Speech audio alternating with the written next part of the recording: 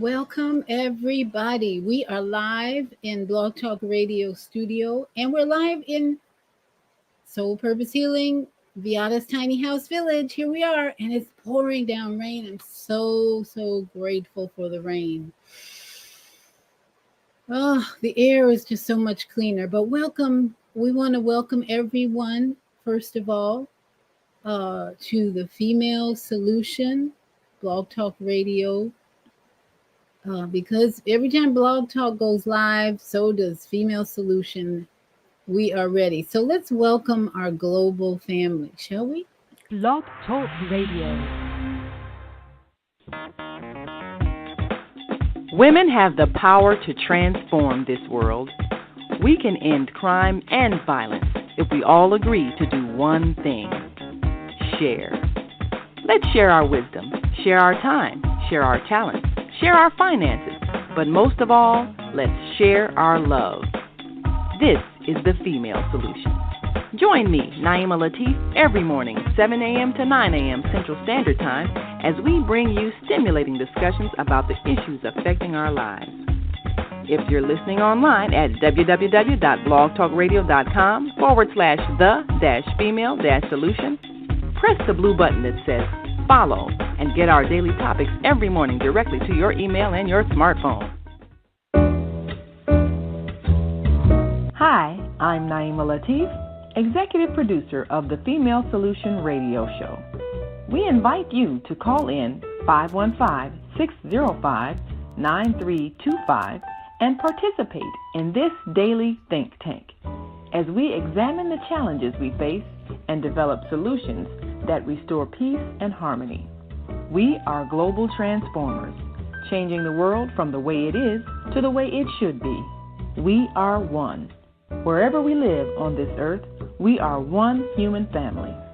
On behalf of our team of radio hosts, I'd like to extend a greeting to all the members of our family, whenever and wherever you may be listening around the world. To our family in China, Ni Hao. In India, Namaste. In Japan, Konnichiwa. In Korea, Annyeonghaseyo. In Russia, Здравствуйте. In Germany, Guten Tag. In Poland, Dzień dobry. In France, Bonjour. In Spain, Hola. In Italy, Ciao. In Egypt, Ahlan wa sahlan. In Ghana, Akwaba. In Nigeria, Peleo. In South Africa, Sawubona. In Senegal, Nangadef. In Kenya, Jambo. In Israel, Shalom. In Pakistan, Afghanistan, Palestine, and Saudi Arabia, Assalamu alaikum. Greetings, and may peace be upon you all. Join us live on the on-air radio network called 727-731-5192. We want to talk to you. Yes, we want to talk to you. So welcome, everybody. And we want to bring in our ancestors with some drumming. But I first want to just thank you all for joining me tonight. And we want to wish everyone a beautiful experience tonight, opening up your mind, opening up your eyes, opening up your hearing, opening up your cosmic channels to hear from the Most High Spirit of Love. As we talk about a very divisive subject sometimes, but we are here to challenge you. This is a season of challenge even. So let's bring in the drums, the ancestors, to bring peace, joy, love, and open hearts to hear what the Spirit has to say to all of us tonight.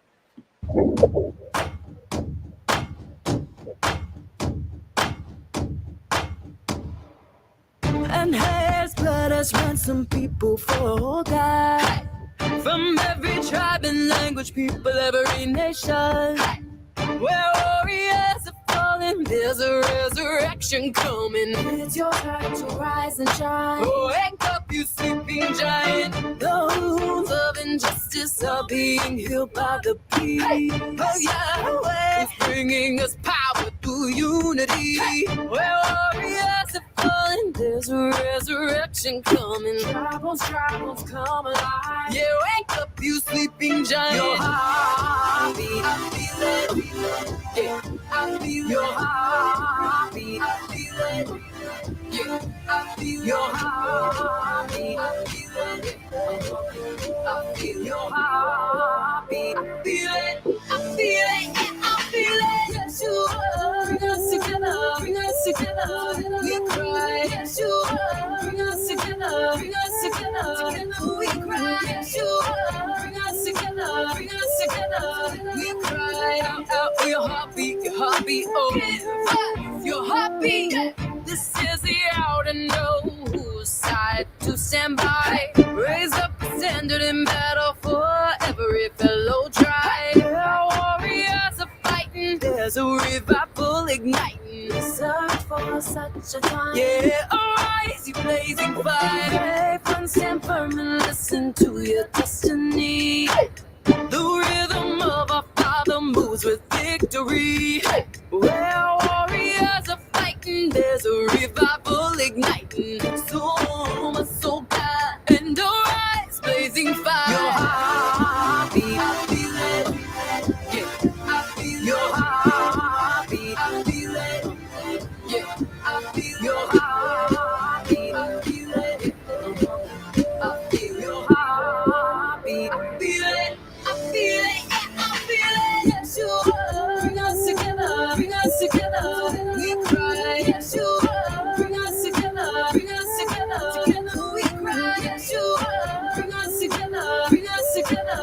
We cry out for your heartbeat, oh, your heartbeat.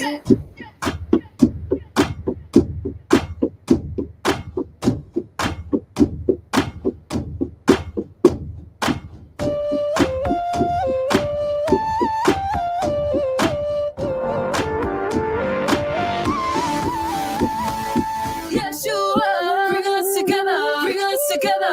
We cry, Yeshua, bring us together, bring us together. Together we cry, Yeshua, bring us together, bring us together. We cry out for your heartbeat, oh, your heartbeat. Yeshua, bring us together, bring us together. We cry, Yeshua, bring us together, bring us together. Together we cry, Yeshua, bring us together, bring us together. We cry out for your heartbeat, oh, your heartbeat.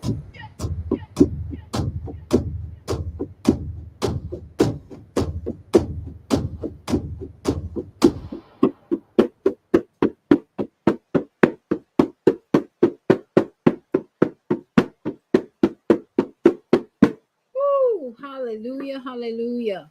Thank you, Spirit of life and love, for this beautiful rainy night in Florida. Oh, feels so good to have the rain, to hear the rain and feel the rain, and to know that it brings nothing but good things for all the plants that I've planted this week. So, welcome everybody. We are talking tonight about, and I didn't put up a banner. We're talking about religion to spirituality. Is it why now? Do we need to move from religion to spirituality? Well, that's the question tonight. And I've invited two of my brothers to come in and share their wisdom and knowledge on this subject. And I received, the reason this topic came up to my mind and in my space, I woke up, I don't know if it was yesterday or today, and I read Telegram. Telegram, for those of you who don't know, is a social media platform, a social platform, similar to Facebook, only it's limited. You have to join, and it's less restrictive, I would say, less censorship going on there, because people say all kinds of things, mostly conspiracy theories. And someone posted the question about religion versus spirituality. And it started out with a wise man said something, and he went on to compare something like 20 or 30 different comparisons to spirituality and religion. So I want to just read the introduction that started out. It said, once a wise man was asked to explain the difference between religion and spirituality. So it goes on to compare the two, religion and spirituality.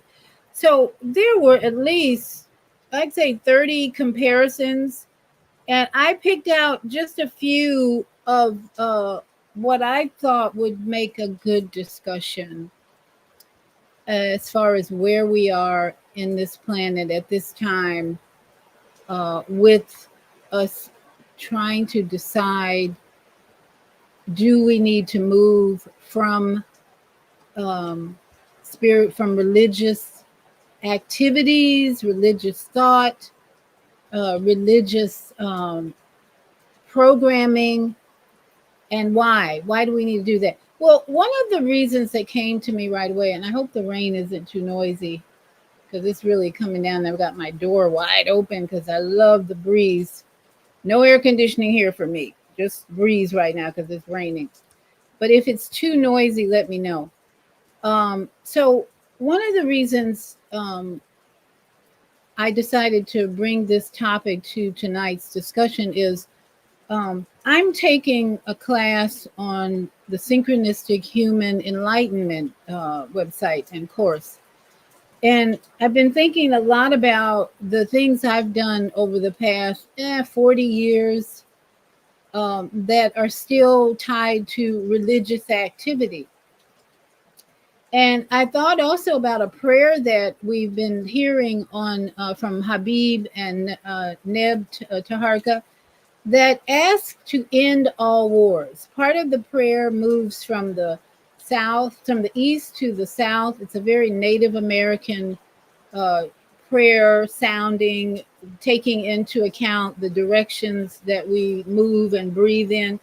And the end of the prayer is that all wars would come to an end, that we would end all wars. And I thought about how many religions are in the war-torn area of the Middle East. And there's at least 3 major religions operating in the Middle East, Israel, Lebanon. You've got Islam, Christianity, and Judaism. 3 major religions. And it's the most divided area of the world right now, and the most conflicted area in the planet right now. And there are 3 major religions operating. Now, there are also, I did just a Google question, how many religions are there in the world? I'm going to have to close my door because the wind is blowing. But how many religions are there worldwide? 4,200 at least churches, religions, denominations. 4,200 denominations. Now, how many of those is the question? How many of those are contributing to the war in the Middle East? That's a question for us tonight. Are these so-called religions contributing to the turmoil, the death, the suffering, the destruction in the Middle East and around the world? In fact, we could look just in this country alone. I always think about when I go to a city, how many churches are on the streets that I travel in, especially Chicago. I'm from Chicago. And at one point, I noticed there was a church on every corner. On every street, there was a church. And yet the amount of violence in that city, I don't think has decreased in any way. So we have to ask, or we should ask tonight, what's contributing to the violence on a spiritual level? I am going to put on a commercial because I've got to go and close my door. So I'm going to play a commercial. Please think about what I've just said. The amount of war and violence and suffering in the Middle East, and there's 3 major religions there that are all divisive and in conflict. And then even in the cities in the United States, we got a church on every corner, religious organizations, and there's still violence in the cities, not contributing to peace on earth and ending all wars. So please think about that as I play a quick commercial and go close my door because the rain's coming in. The Female Solution Global Radio TV show invites you to an invigorating, empowering, interactive conversation with our team of hosts Monday through Friday, 7 a.m. to 9 a.m. Central Time. Start your week with Monday Morning Mindfulness with Zelda Speaks. Tuesdays, Gathering of the Griots with Asada. Wednesdays, Repairing Family Relationships with Naima and co-host Kareem Hamid. Thursdays, Veggie Brunch Live with Angela. Fridays, Health and Well-Being with Beata. Saturdays, tune in 12 noon to 2 p.m. Central Time. First Saturday, Global Talks with Zana. Second Saturday, Walk in Your Divine Authority with Mama Joy.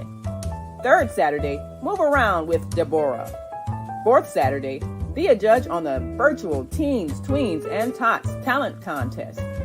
And fifth Saturday, join us on location as we conversate at the Elevate Cafe, owner Jackie Brooks. Sundays, join us 7 p.m. to 9 p.m. Central Time for Soul Purpose Healing with Beata. Go to thefemalesolution.com to join us on our video or audio live streaming platforms. Listen at www.blogtalkradio.com/the-female-solution.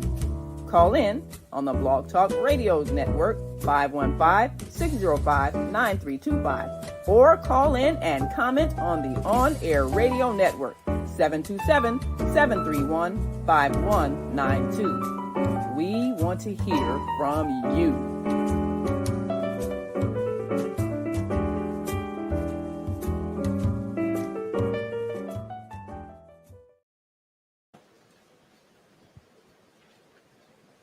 All right, now we're back. Thank you. Thank you all. So tonight, I want to hear from you. I really do want to hear from you. What is spirituality to you? I'm not even going to play any audios. This show is scheduled for 1 hour tonight. And as long as you, my listeners, have something to say about the topic, and as long as my guests, Kwame Sunhorse and the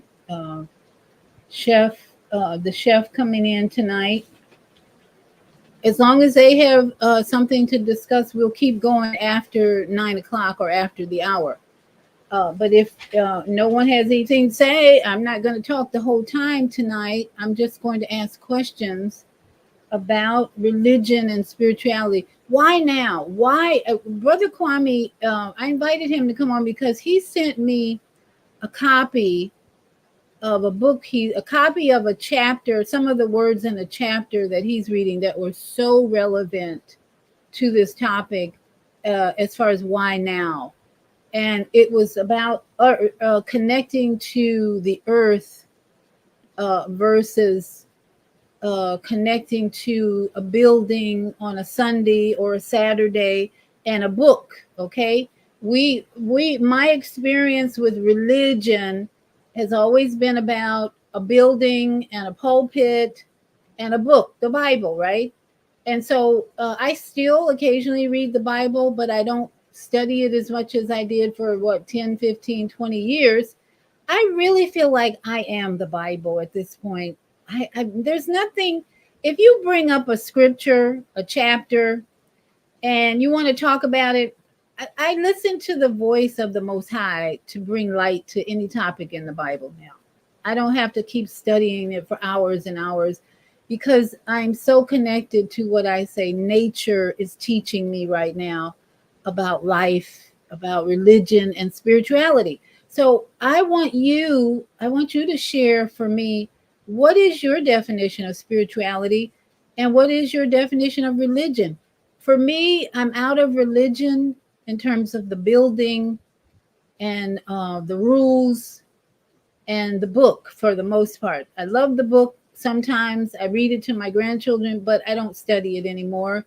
And I study, if I do read it, I'm looking for more insight for today to guide, to give me some messages about what's happening around the world today.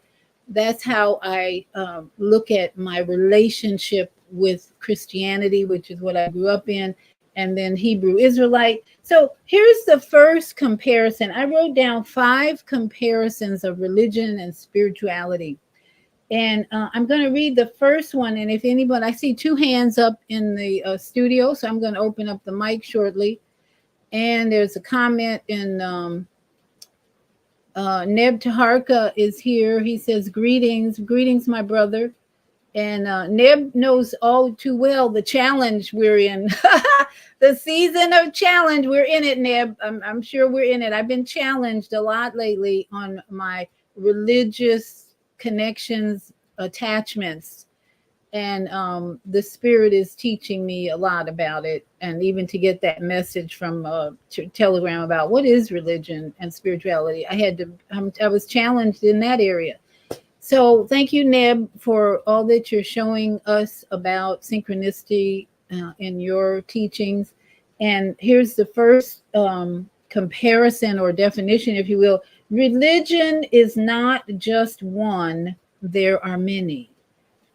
Spirituality is one. Now, I'm going to let that kind of marinate with you, all of you who are listening.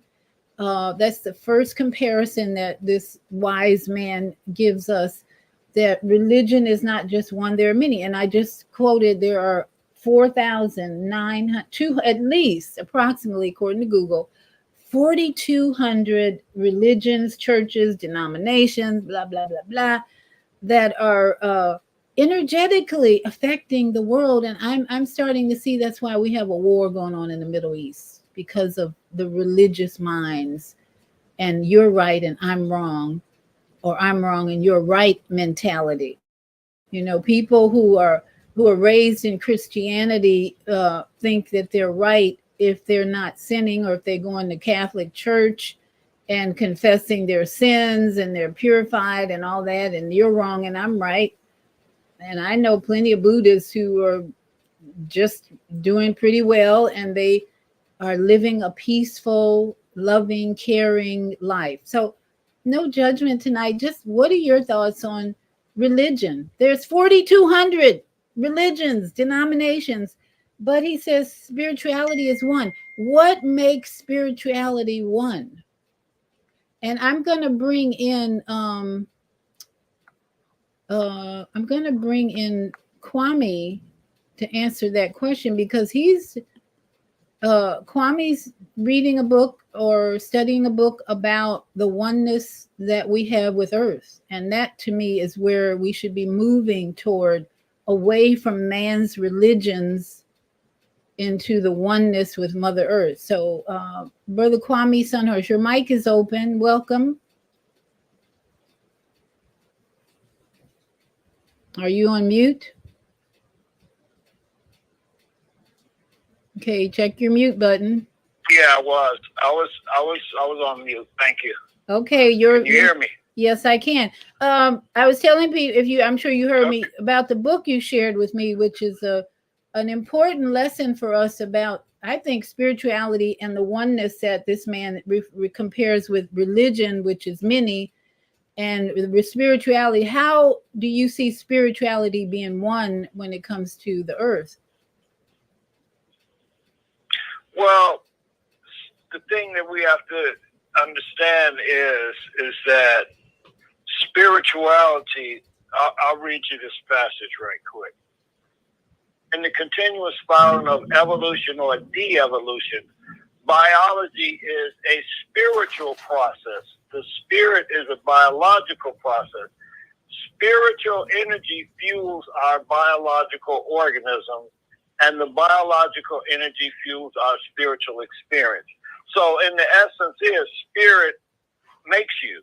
And what we have to understand is that the reasoning, because this is what we have to really look at when you're talking about spiritual. Life does not begin. It is always here. Nature is alive from the beginning, and the particle life does not emerge from us. We emerge from it. So therein lies the challenge, because life derives from spirit. Spirit grows a body that gives you a body that creates what we call, this human vessel.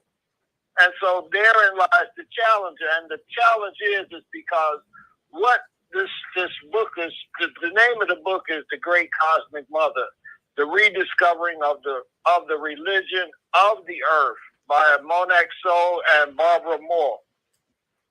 And the part that we're reading is the last couple of chapters in it. We're dealing with the machine and looking at the thing of the machine and the technology, and looking at the woman's body and the part of man using the woman's body.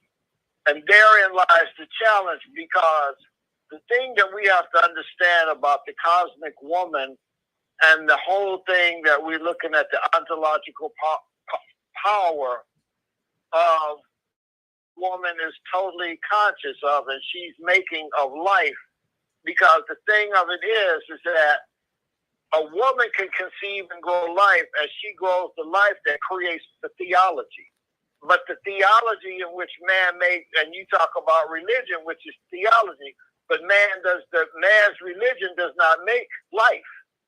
Man made religion, but man cannot get pregnant. Ashe. Absolutely. And in fact, so therein lies the warring, but that's what let me finish. Therein lies the warring, the killing and taking of life, and doing what they do is because they never have had their bodies to produce life. Ah. So the only thing, you started off with the Bible when you talk about Eve being cursed, and the part for that is, but what was the second other thing that happened after they came out of the garden? Cain slew Abel. Man killed man because he does not have lifeblood, so he takes death blood. Therein lies the challenge and the difference in the way in which male and female conceives their position on the planet. Women were the basis of most theology, most spiritual to biological to the concept of spirituality. Then man steps in and he changes and he punishes her for producing something that he can't do, but then he creates himself a religion. 4,200 of them, since you just said that, created 4,200 of these religions that he don't produce the life to worship. He doesn't produce the life to worship it. He produces the fear. He produces the armies, the governments. All of these things he produces because he does not produce life. His body does not produce life. And everything is life, because as the spirit is in the cosmos, it is alive. And it just keeps formulating life and keeps formulating. The earth doesn't need humans. Human needs the earth. That's why it's called Mother Earth. It does not need humans. It will exist very well without us on here. And the only reason that we are on here is because of the mother. Thank you for a reminder of the patriarchal system that has in a way brainwashed us in the way that we have moved away from biology is a spiritual process. I've been studying for a long time under a man by the name of Shimwal Wali, and his teaching was the first one to move me out of literal translation of the Bible to spiritual, the biology and spiritual, because what he teaches is that everything in the Bible is in the human body.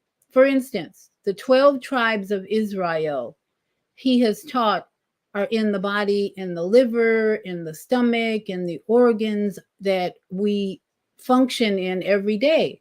So that was like the first, whoa, wait a minute, what did you just say? And so studying with this guy for, I don't know, it's been 12 years maybe, just really transformed my thinking about the Bible and how the stories that are told in there are not literal or linear in any way, but how they are really taking us to a higher place, which when someone is studying the Bible on that level, that's what it can do. But many people don't want to take that journey out of religion. They would rather take everything in there literally, a story. Just like my grandchildren went to church today, and they don't go to church at all much because their parents don't believe in going to church, even though they were raised in the church. They've gone out away from that. And I asked them, well, what did you learn today in church? Well, we learned about a man in Exodus. No, they learned that God, here's what they said. They learned that God was angry at the people who left Egypt, and he punished them in the desert. And they didn't call them Israelites or anything, but they found out in Sunday school that God was angry at some people who left Egypt, and he punished them. I said, okay. And then what else do you learn? Well, that's all we learned. Okay. So now it's up to grandma to translate that for them because they didn't understand what that meant for today.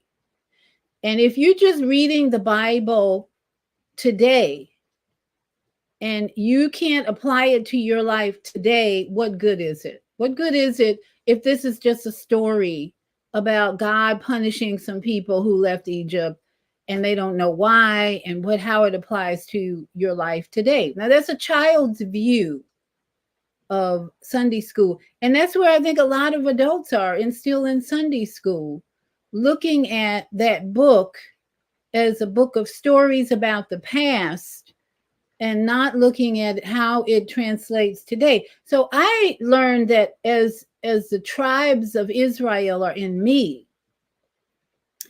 then everything that was happening with those tribes were not lost, because there's this idea about the lost tribe.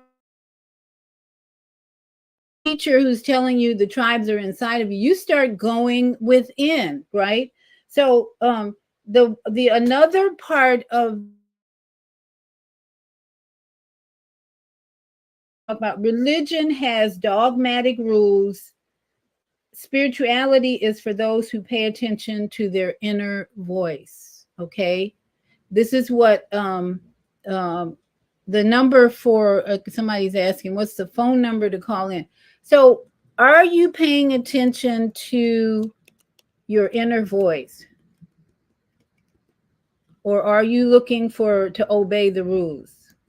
What does Kwame, before I go to the caller, I think it's Mama AZ who raised her hand. Oh no, she put it down.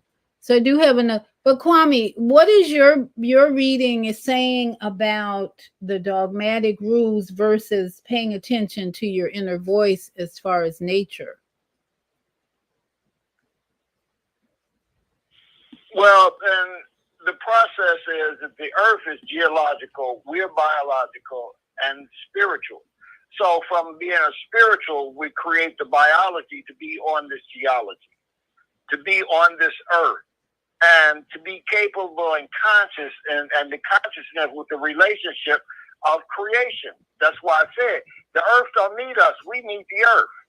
And so the magic of the molecules and the dance of energy is because the thing is that we are energized and being in oneness with the earth and all that is made up of the earth, because that is us. That's what you're talking about. The 12, all of those things in the Bible, just like the 12 constellations is the 12 Adam Cosmon. We're in the sign of Virgo. Virgo is the sign of the stomach. That's the part of the body, the digestive system. So therein lies the unified as above, so below. And therein lies that we are in oneness. The oneness came from the concept of conception in that body that produced the vessel to allow the spirit to come onto the earth to get created, but the spirit was alive, and that's why when the atoms and the unit is constantly reproducing life and life. So there is no end. There is no aborting. They're looking at how do you control what comes out of that female body.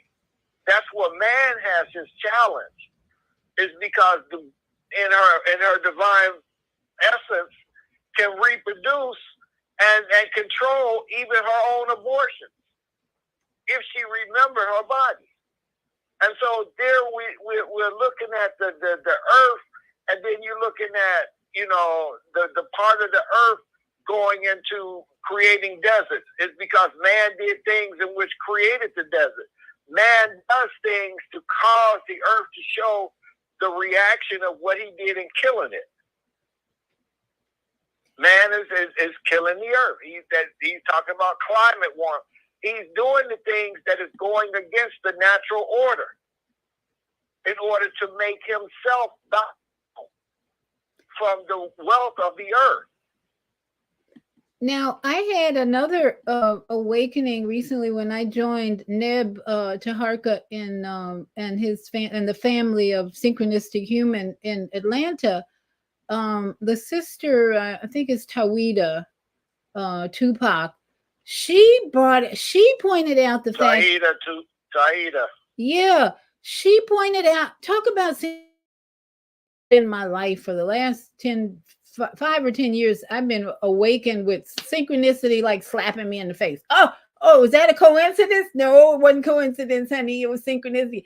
So in Atlanta, she pointed out the fact I've been rolling joints on Female Solution, Health and Wellbeing with Beata for, I think it's been maybe 3 or 4 years. I'm losing track of time, probably 5. She pointed out the tones and the cosmic order in the joints and the energy in the joint. Maybe Neb can talk about this more. But in fact, Neb pointed this out in school that I'm in. He has had a picture of a human body and pointed out all the joints have a specific tone and signal on them. And I've been rolling joints for, in fact, it was a priestess Nuruddina. I don't know, some of you might know her. She's introduced me to that about 10 years ago. We were visiting we were there for the holiday, I think December and the holiday. And she and I were in a hotel staying together. And she said, I want to introduce you to joint rolling. So she got on the bed and showed me joint rolling, every joint. And I said, oh, okay, I like that. And I've been doing it ever since. It's been like 10 years ago. But just this year, I'm connecting the joint rolling to spiritual tones, musical tones, energetic tones that are computer. So when you say that biology is a spiritual process, that's where we have to move out of religion, because religion isn't teaching that. People who are going to church on Sundays and spending, of them are not learning that, because that's not the programming, and the dogmatic rules have to be followed, or over listening to your inner voice. And Naima has pointed out, she got the list that I shared. And she said, I like the list you posted, the difference between religion and spirituality. My favorite, religion is for those who sleep. Spirituality is for those who are awake. So what does that look like when a person is asleep versus awake? It's not a physical sleeping or a real sleep. It's a mental sleep, right? I think that's, and those who are conscious, I would say, thank you, Naima, that the ones who are conscious about the inner standing that we need to move into, and those who are outstanding or understanding, they're still looking for guidance outside of themselves for the most part. And that's not to say that I'm not looking for guidance, but I'm looking for it more in nature. birds speaking to me, bees speaking to me. I have bees showing up all the time now, and I'm like, okay, I get that. Snakes showing up at odd times. So I think the transition we're talking about tonight is one of focusing less on the outer world, the outer environment, and more on the inner intuition and the mental faculties that Could I say, share something? yes, that say this is what you need to be guided by, your intuition. Go ahead. Okay, and this was shared on another meeting I was on today. And the part that he was sharing is that the Creator takes all that we are and rolls it all the way up, takes his whole body, just like you could take a whole tree and take it and put it into an acorn. And then you put that acorn into the earth, and then the acorn just grows out to be that tree that Creator put into that seed, that acorn. So therein lies us, is that everything that we were to be was already put into the spirit that was transferred into that body of conception of that woman, and it grew inside of her body till it gave enough of a body that would come out onto the earth to grow into who we are talking on this program, who we are listening to this program. All of this has been already put in you. This is why you go into yourself to find yourself, because everything in your purpose has already been programmed. The thing that you have to do is become willing to follow the will that gave you the ability. And what happens with people that don't want to follow the will, they drop the W, and what happens is they become ill. And then we have such a sick society of people that don't know what their will is to be. They want to attack somebody else's will, or they want to make somebody else go to their will. But each one of us has our own purpose. And that is the power of the Creator. I have a sign over my sink that says, any man can count how many seeds is in an apple, but only God can count how many apples are in a seed. How many apples are in a seed? So the spirituality journey that we want to be on is to look at the tree. And I did that. That's funny you bring that up. I did that the other day. I think it was yesterday or today. I was on the trampoline and I was just thanking the Creator for all the nourishment from the trees. And then I thought about what it took to grow these trees. I'm surrounded by trees here, and I'm so grateful for that. That's why I can't complain about anything. So, because I'm so surrounded by love here, and I'm looking at the trees, Kwame, and everybody, and I'm thinking, what did it take for that tree to become what it is?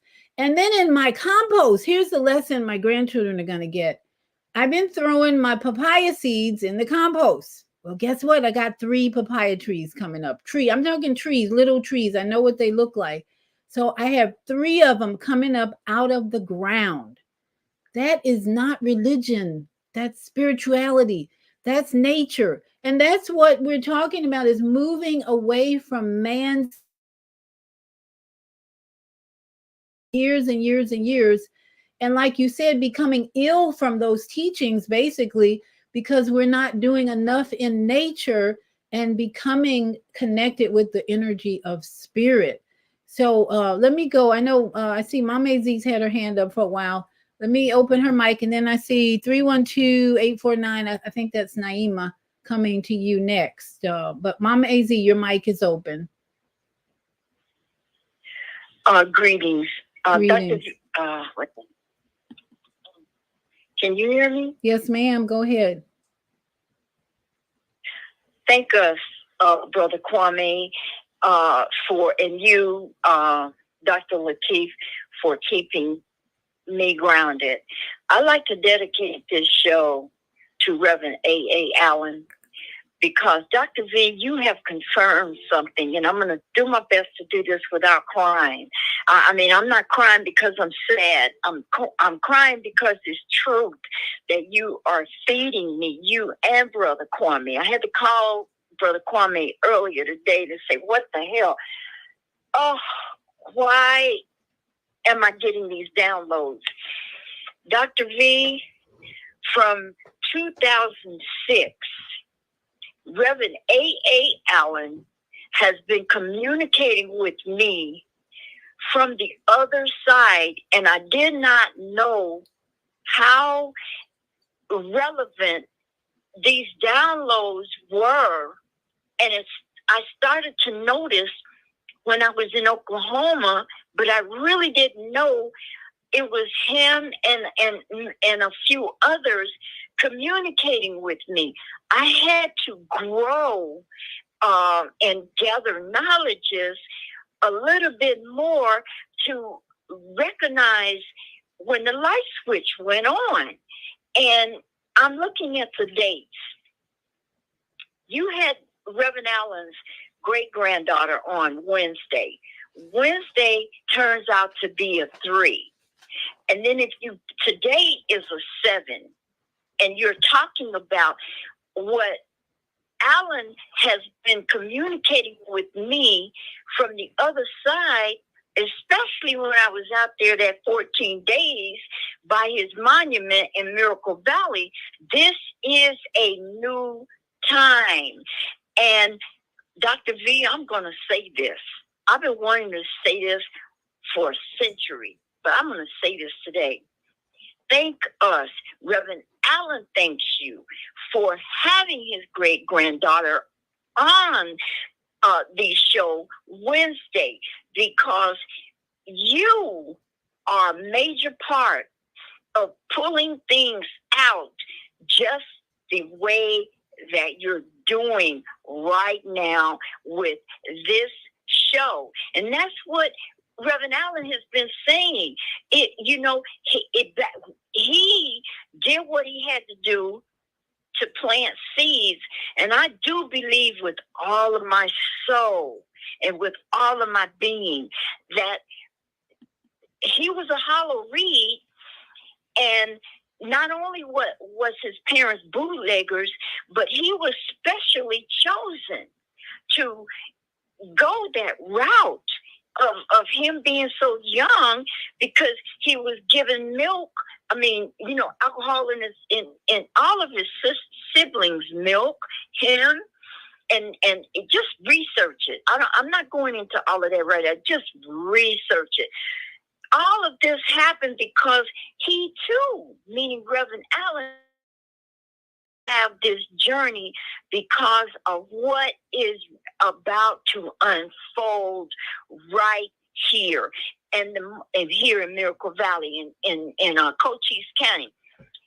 What really got me really strong, Dr. V, is watching this series called Outlander. Oh my freaking God. This movie, and I see people who not only remind me of Reverend Allen's great-granddaughter, Rebecca, but there are people in my life right now that are the doppelgangers of, in this movie, The Outlander, I'm not going to give it away. You have to research it, but I'm just grateful to be on this planet.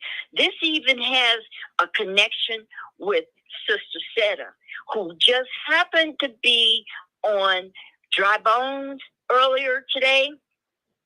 And things that she stated, I wrote the time down. It comes to the numbers of Reverend Allen. Reverend Allen flows with me with 8s and 6s, or 68. Okay, when I'm not clear, I add the digits.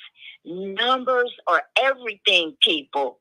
And Brother Eddie Harris, with the help of my dad, Robert Parris, brought it to my attention like a lightning bolt. Like, pay attention. Pay attention. Pay attention. And this is a new day and time. And I'm not sure if Rebecca Allen Jones is going to recognize it. Bless her heart. She believes that Reverend Allen is there up in heaven doing what he does. He's also a part of communicating from that side of the veil to others who hear. And I'm one of those ones that are listening. That is why that energy of Reverend A.A. Allen places people around me, like the man upstairs. His name is Allen. Like the church that is connected to Reverend Allen and his teachings. My name is Robert. The pastor's name is Robert.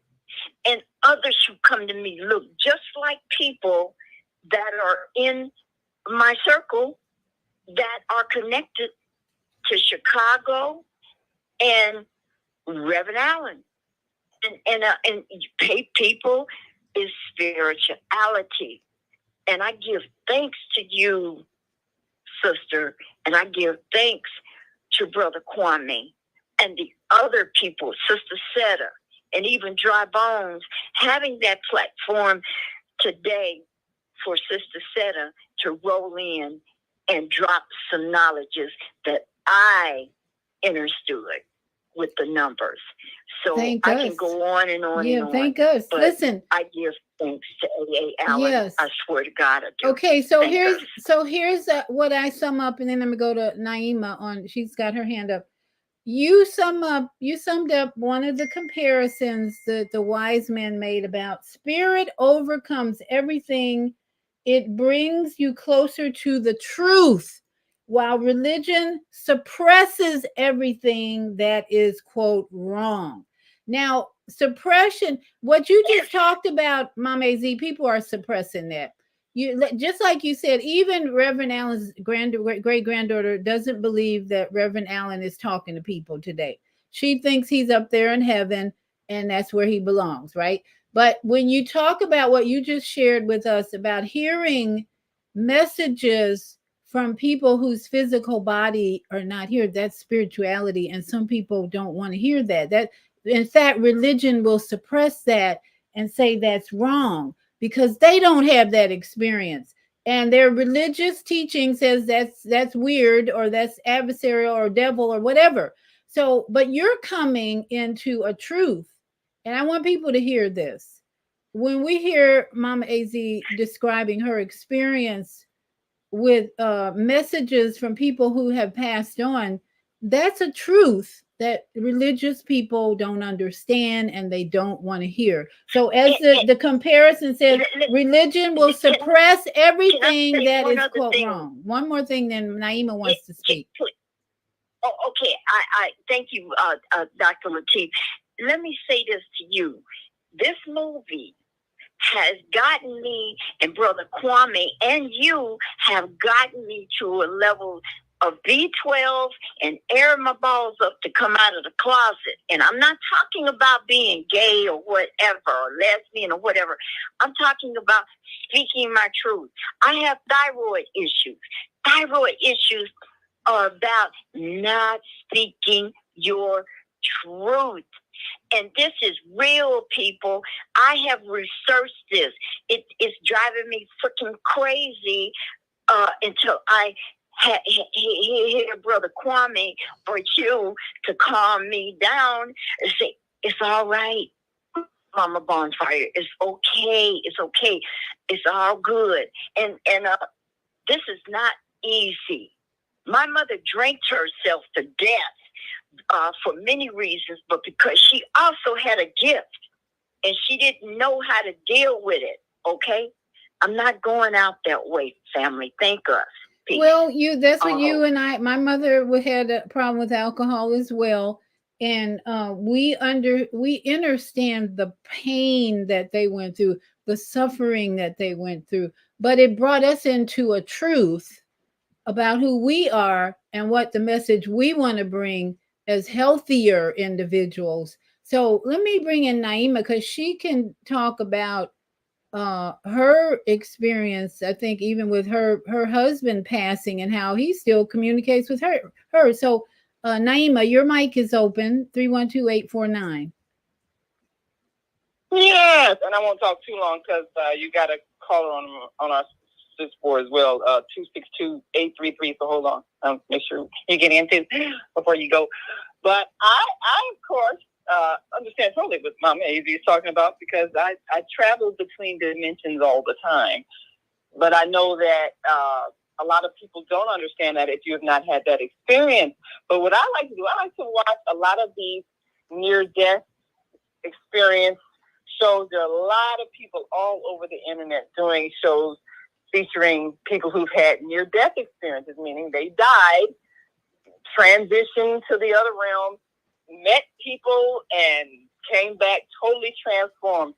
Well, I recently saw one that I'm probably even going to post this on my Facebook page because I thought it was so profound. There's a Muslim, and a lot of times you don't see Muslims talking about near-death experiences because, you know, and a lot of times in Islam, it's not welcomed to say something that's outside of what is understood by religious scholars. So They're limited in what they can express in terms of their personal experiences. Well, this is a Muslim man who had a near-death experience. He died. I believe he's on the operating table, died, and met Jesus on the other side. And he was kind of surprised, like, I'm Muslim, but, why are you meeting me? But Jesus told him, I want to show you something. And he took him on a journey, showed him a vision of a dragon underneath the earth creating havoc and horrible things between people. And he said, this represents all the religions of the earth, the corruption that's in all the religions. Every religion on the earth has been corrupted out of the original spirituality and spiritual teachings so that all of them are corrupt. And he was showing him that basically the real spirituality, and then all those things on that list, that is what human beings have been called to, but religion gets distorted by human beings. And so he told him this, and of course told him, go back and tell people. And I found it amazing because what we're being told is that religion does not bring you to the knowledge of the divine. It actually takes you away. Now, another thing, again, looking at some of these near-death experience shows on another YouTube channel, a person who was a Jew had a near-death experience and met Jesus, who, again, he was saying, well, what are you doing here? I'm not even following your religion. And again, he was told by Jesus that the true spirituality has nothing to do with your religious teaching. This is the spirit of love that you embody, but religious teachings have become corrupted. And that was interesting. And then I saw another near-death experience of an atheist, getting met by Jesus. And they were like, wait a minute. And he said, I know you, but why do I know you? Because I don't even believe in you. I don't even believe you exist. But then he was told, the same message. The true spirit of God is not in the religious teaching. It's in the way you treat people and all of those things, which atheists really believe. But it's just that because religion has become so corrupted, people can't believe in it because it doesn't represent the spirituality of the divine. And then what happened, and I saw another near-death experience show where this person who died was a Christian. And so, Christian person believing in Jesus, and Jesus showed up, and then the Christian man once said, tell me, what is the true religion? Which one is true? And Jesus told him, the one that brings you closer to God. And basically what he's imparting to him was that all of them are possible pathways to God because the whole purpose is for you to return to God, to return to the knowledge of God, to return to the oneness of God. So all of them can get you there. And that's what he told the man. Well, a man comes back and he's a guest on this Christian show, and he was explaining that, Jesus told him that the whole thing about religion is to get you to God, and there's no one that's right. It's, the purpose is to get you to God. Well, of course, the people who host the show, they're biased and saying, well, I think he misunderstood. See, what the Lord was saying is that he's the one that's right. No, he didn't say that. Look at your mind. I'm looking at all of these reinforcements because, we know that people don't not die. So the ones we know is Jesus. A couple of times I've watched and he said, well, my real name is Yeshua, but this world knows me as Jesus. He said that. And so this is a personality who is choosing to reinforce his real teachings in a time when our modern technology allows people to return from what we think is death and be able to explain things so that message can keep getting out. That it's spirituality. It's not these man-made, corrupted religions. It's the spirituality. And all those things on that list, that's what he was teaching.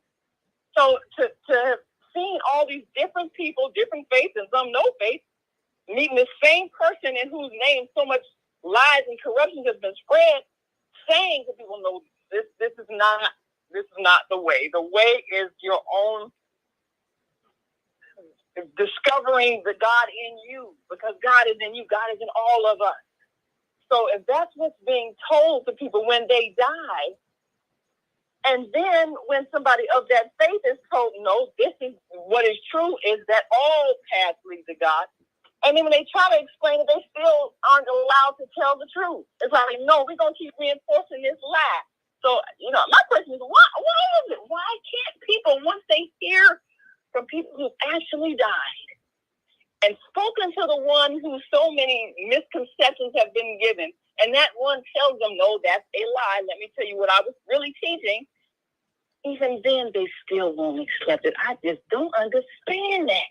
It's amazing to me. Anyway, I'm probably going to post a lot of those on my Facebook page because I would love to see people's experience when they understand that it's spirituality and all of these religions have been corrupted. And a master teacher among us who was teaching this has said it again. So that's my comment. Anyway, I want to make sure I open the mic for your 262 person because I know you didn't want to go too much over an hour, so I want to make sure they get a chance to speak. Now, you going to open it on your phone you're on now? Actually, you can open the mic for the 312-721 number. Okay, let me do that. And thank you, Naima. I see, having been hearing Jesus for 60 years or more, I now see that spirit of love and truth showing up more and more. And many people talk about that who are channeling that the spirit of love and truth, Yeshua, is showing up more and more today because that's what we need. And so when you talk about near-death experiences where people of all different beliefs are seeing Yeshua, that's what's happening.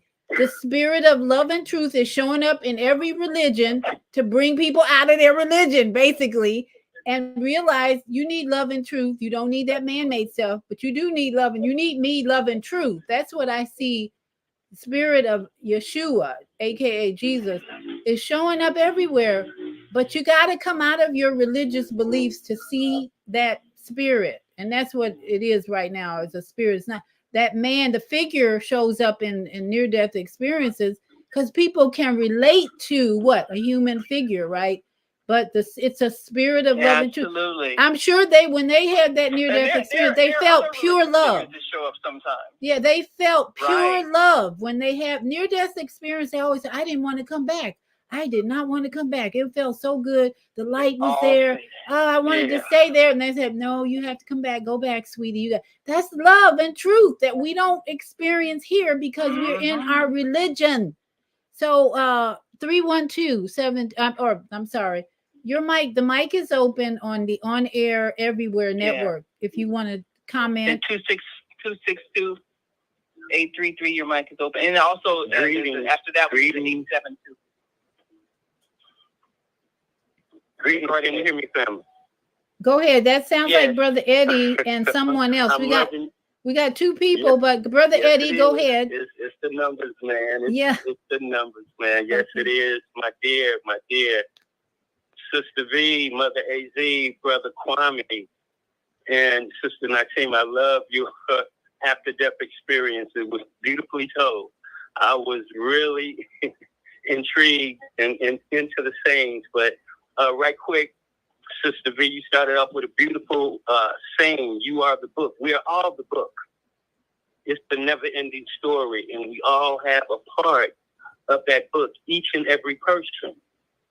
And starting off with my numbers with religion, that nobody really thought about what number religion is. Well, you hear me snickering in the background, so religion is 32, it's the 5. Okay. And this is why they made that word dealing with that strong number, because remember, everything has to go through Christ. If Christ is 32, we're going to make religion 32, where people will gravitate. They will resonate with the number behind the word, not knowing the number. It's the number. But let's get back to that 5. Ooh, that 5. Religion was made to create a ball of confusion. Confusion is 32. Religion is 32.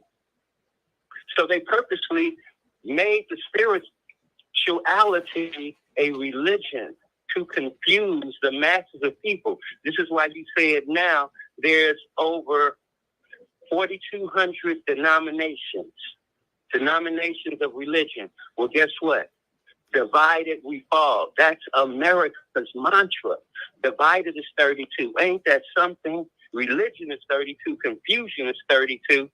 And divided is 32. But we all been saying that 5 is so strong because love, 14, is that 5. And when we hear in religion not pushing and preaching love, hey, we need to step back and really become analytical. Because again, that's the circle, the perpetuation of the violence, of the chaos, of the craziness that we see, that we keep pushing. And for me, it's because we're not seeing the numbers behind the words that are being used that we're playing a part of. We're playing a part of. When we understand that, as Brother Kwame read the definition of spirituality and touched on, it got me. Biological is 31, which is 4. Spiritual is 40, which is 4. God is 13, which is 4.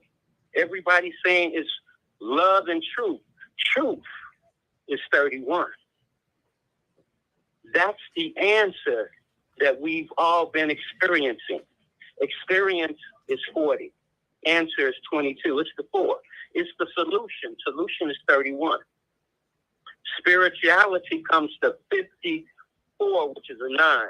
And 9 is life. Everybody's been talking about it. Kwame said, we're not with life. We're with some man's concept of confusion called religion.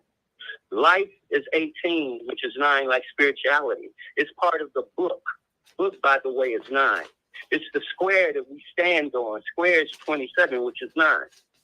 It comes and starts from each and every real woman. Not no LGBTQ, MSG, but anyway. Woman is 9. And that's where everything starts. That's what's metaphysics. Metaphysics comes to 54, which is also 9. Information. We're giving information. That's the 9.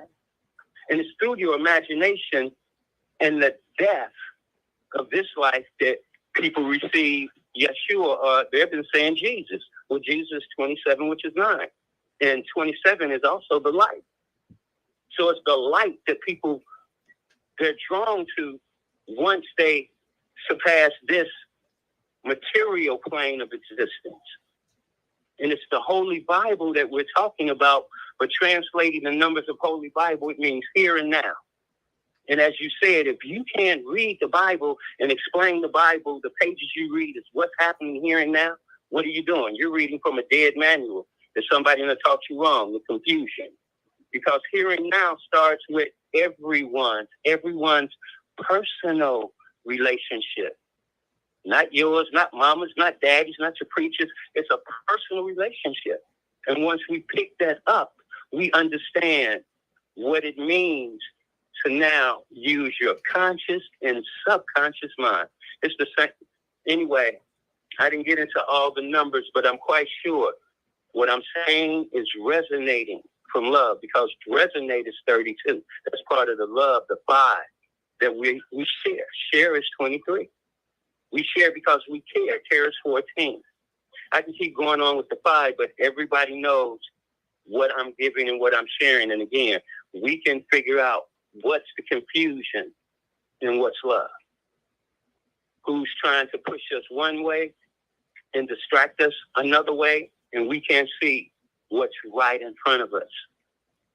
Because again, it's not understanding, it's the understanding. Understanding comes to 49, which is 4. The understanding gets us to the overstanding, which is also 49, that gets us to the true spirit. So with that, family, peace and love, and I'm enjoying this class very much.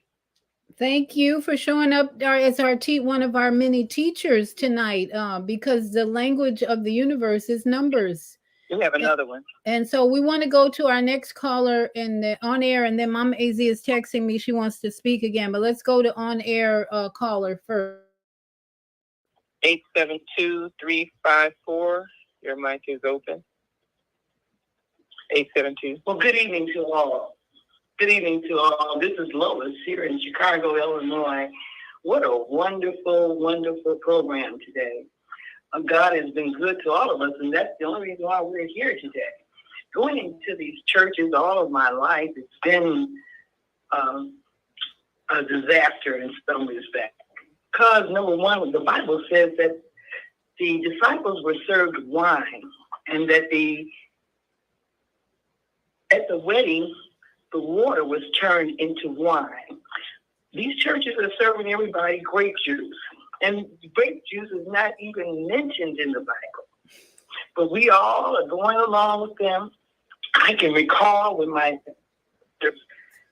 Reverend Shamrock over on 41st and Root Street, they had a big tent, and there was thousands of people underneath this tent. Everybody said, oh, you have to come across the stage, and Reverend Shamrock has to put his hands on you, and everybody's going to get revived and get new religion all over again. So my sister talked me into going on the stage. Reverend Shamrock put his hands on my head. He hit me so hard, I almost passed out. And my sister said, Lois, you got to go and carry. You got to carry some more and go back on the stage. I said, girl, if I go back on that stage and that man hits me, I'm going to hit him back. And so I never went back on the stage. I know that God is with us. The only connection we have to God is through our hearts. And if we love one another and just be thankful for being alive, that's all God asks us to do. I'm not going to tell anyone I don't want to take grape juice. I just won't go and take it anymore. If you can't serve wine the way it says in the Bible, a lot of people are not serving God according to the Bible. And then again, we don't have any signature in the Bible that says that that's the right way to do it. Nobody has a signature there. We're doing whatever we were taught to do. So if they're going to go by the Bible, I think that they should serve wine for communion services and not today. That's my comment. Thank you so much. This is Lois in Chicago.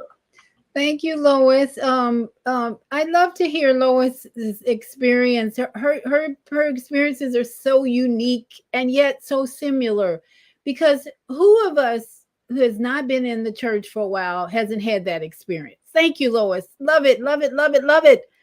And it just tells us that in the past, we have had those thoughts about, well, is it grape juice or is it wine? And should I take it? So religion, as he said in his comparison to religion versus spirituality, it says religion has dogmatic rules. Spirit says, for those who pay attention to their inner voice, it's up to you. If you're paying attention to your inner voice, if you think you need some wine or grape juice or whatever to be to obey the rules, then do whatever is feeling good in your heart. But the confusion has come when we are in sin or we feel guilty because we didn't follow the rules the way they were supposed to be followed. Who made up these rules is the question, because the scriptures are full of allegories, metaphors, and symbolism, in my opinion. That's what makes that book still relevant, in my opinion, is that there's so many allegories, metaphors, and symbolism. Everybody doesn't see that, though. I know, because some people are taking every word literally and being sick and tired, and taking the words literally and being sick and tired, and not ready or willing to go to another level in the teachings and the medicine that book can bring. So if you want to follow the rules, that's okay. That's your decision. That's where you are. But then there's a spirituality that says, what does your intuition tell you? Don't think about man-made rules in religion. Do you have any inner guidance? Like Lois said, what is your heart telling you about this? And I thought, Naima, are there any other callers? I don't think so. Anybody else want to speak? Please press 1 now. Okay. So Mama AZ wanted to talk, but let me just say this real quick. The war in the Middle East is a blessing for us in many ways. It's a gift. It's a gift because this is what has happened since October 7th. I would say thousands of people have started doing their own research about what is Jews, who are the Jews, what is Zionism, who are the Palestinians, what is Gaza, what's happening in the Middle East, what is going on. I don't think half the people on this planet would know what they know today if it wasn't for October 7th, where people were plunged into research because of the horror that we have been witnessing since then. And we've learned a lot about propaganda. The Netanyahu is an expert at propaganda. And we learned that the Jews are not the chosen people. Hello. I think many, even Jews themselves have come out and said, well, I got to rethink this religion I'm in. Because if we can do the kind of stuff that's being done in Palestine, here, Gaza, what is this religion? So the war in the Middle East has been a gift for many people to wake up. As Naima pointed out, people are either awake or they're asleep. And I say people who are still thinking that the Jews are the chosen people and they deserve to have that land because they're lost and they've been wandering around. Those are the ones who are still sleeping. The truth comes out, spirituality comes out when we are in suffering and pain. When we want to, I wanted to come out of all these questions about why are these children dying like that? Why are these people suffering? Why do they keep dropping all these bombs? Blah, blah. Many of us have watching that on social media, YouTube, wherever, TikTok has just been flooding us with video about the war. And what it did was drive people to do research. Wake up, people. It's been a big wake-up call to see babies and children dying and suffering like we have seen like never before, because we have the internet and so TikTok. Because we have phones, basically, we can see the horror of it all. And that was the intention, I believe, of the creator. Okay, I'm getting some interference here. I don't know what that is. Let me close somebody's mic here. That was the gift, that we would all wake up to what's going on thousands of miles away in the name of evil and Zionism and even what was claimed to be Judaism, religion, in the name of religion. Because how many times have we heard Netanyahu, aka Netanyahu, quoting the Bible to justify his behavior? And people started wondering, wait a minute, what did he just say? Okay, that's why we can bomb the hell out of places and kill people like they're doing. Oh, okay. No, people were not accepting that anymore. We're not accepting that anymore. So when somebody comes here from that country where that's being bombed and they get applauded And even though they're a war criminal, people have awakened. We're not asleep anymore. So I give thanks for the war in Gaza that it woke so many people up. Now, Mama AZ, your mic is still open. We are let's see, we're only 19 minutes after the hour. So we're making good time. Mama AZ, you said you had another comment to make? I do. And it's interesting. It's 8:20 Arizona time, which is an 8.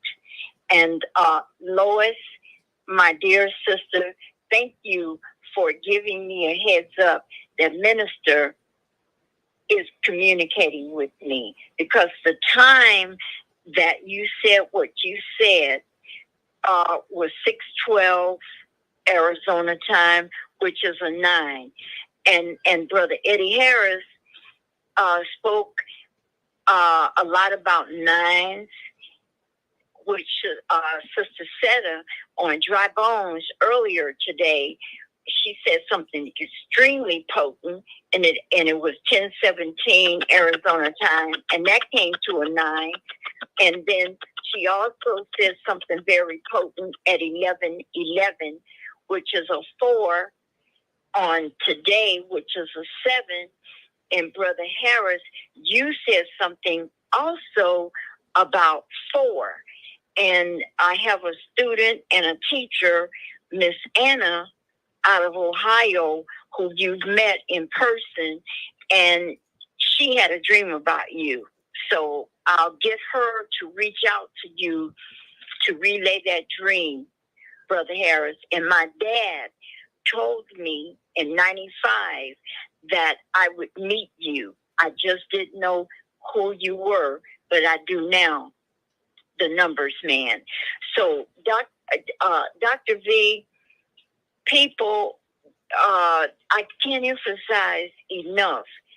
And Lois, thank you. I love you for being as connected to Minister as you are, Minister Cynthia Marie Williams, for those who do not know who I'm talking about. She comes to me when it's something that she needs to relate to me that is of importance. But sometimes when people come to you from the other side, you may not understand or overstand what they're trying to communicate, but just take a moment, family, to breathe and relax and say, okay, what is it that you want me to know? These are very special times. And thank you also, Dr. Lateef. These are so important times that we must pay attention, because things are getting ready to shift. And as Brother Kwame said to me earlier, we are going to be ancestors shortly.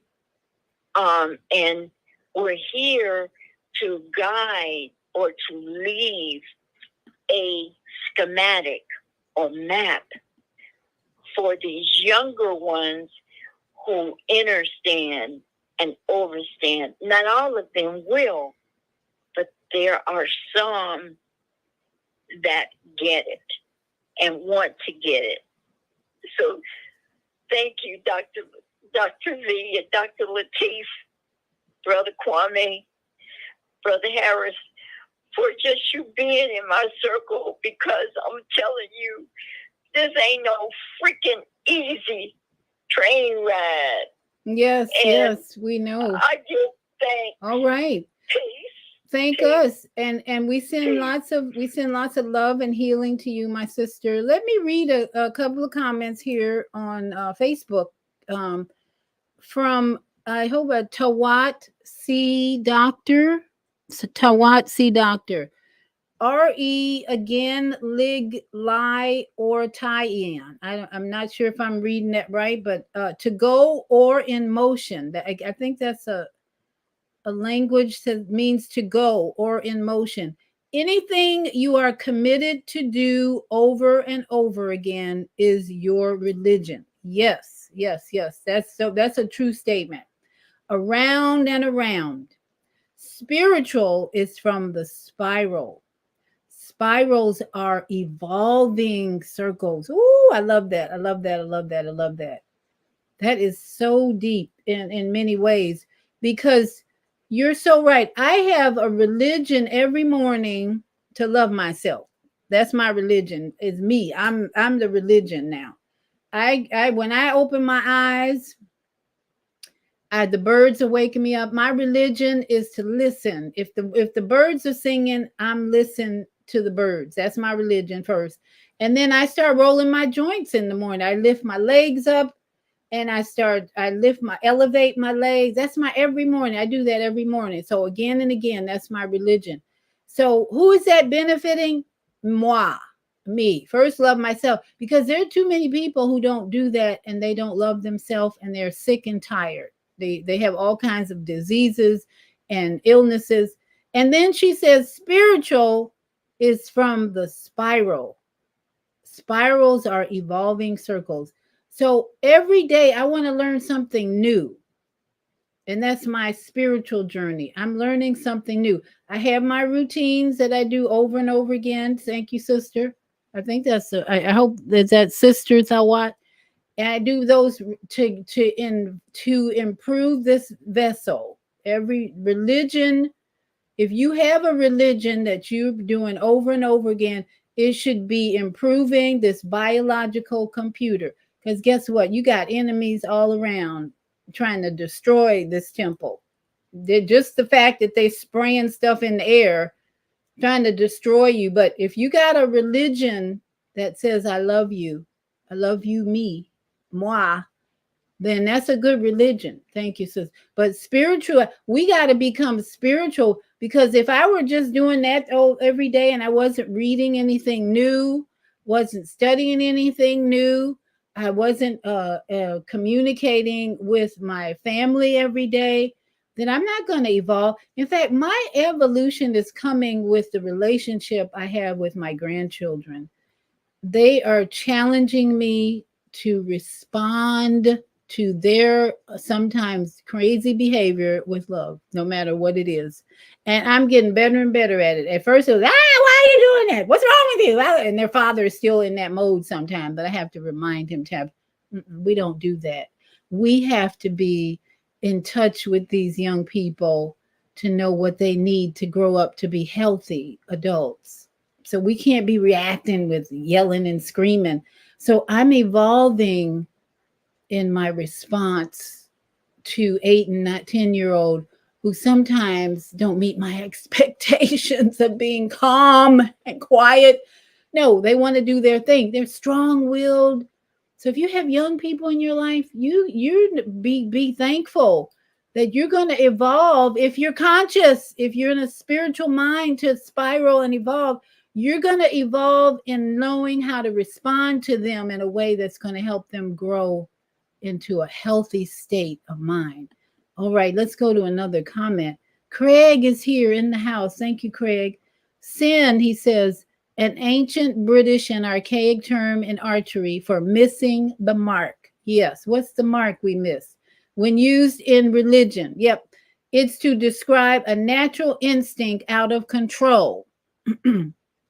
Eating is natural, but when it becomes a way of life, then we miss the mark, so to speak, which moves us away from our natural state. That's an excellent point, Craig, about eating being a religion, that we missing the mark. Because some people eating from sun up to sundown. That's a sin in my book. Because you are destroying your temple. Your body is overworked trying to digest all this ultra-processed food, most of it, instead of fasting regularly to give the body time to be more evolving spiritually. Thank you, sister, because that brings up the fact that when you're eating less, you're going to evolve, because then spirit has a chance to work inside of you without you digesting everything on the planet every day. Thank you. So we move away from our natural state of really fasting and meditation when we're eating all the time and when we think we need to be eating all the time. I'm learning that nature gives me all the nourishment I need. And I'm renewing my mind to stop thinking I got to have 3 meals a day. I'm down to 1 full meal a day. And then I might have some pineapple, or I might have some popcorn or something light, but I'm not in no 3 meal a day mode. Intermittent fasting, if you haven't started that, you should be starting that, because stuff is hitting the fan this year. Before the year is over, you can bet we're going to have some stuff hitting the fan. So be ready. And that's what this show is meant to do, prepare you to come out of your unhealthy religious behavior, get into healthy religious behavior that nourishes this temple spiritually without food. That's what we have to be about. So it's a half minute. It's 9:30. If we don't have any more comments, let me see. Kwame, your mic is still open. Do you have any closing comments you'd like to share? Did you follow? Oh, we got another. Let's see. We got another hand up. Let me see. 262-833. Your mic is open. This is me again, my sister. Just want you to know part of that spiritual circle that you're talking about is food. That's the essence. But it's, do I eat this or do I eat that? The food is 14, family. That's part of the 5. So love yourself by nourishing your temple. And by the way, temple is 23, which is the 5, with the right food. Peace and love, family. Absolutely. And the right food is all around us. Nourishment. I'm starting, Brother Eddie, to refer to food as what is nourishment. Because people have been raised to think food is anything that's in the grocery store. They would never, okay, Brother Eddie, they would never put poison in the grocery store, would they? Absolutely. That's what they do nowadays. That's what they do. In fact, the campaign is on now with RFK Jr.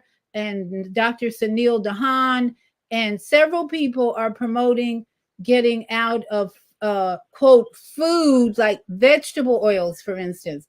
They've been talking in the last couple of weeks, especially, about seed oils are dangerous for us. Seed oils are unhealthy. And yet I pick up this product in the store, and it says right on the front, vegetable oils. Well, vegetable oils are seed oils, sunflower oil, safflower oil, canola oil.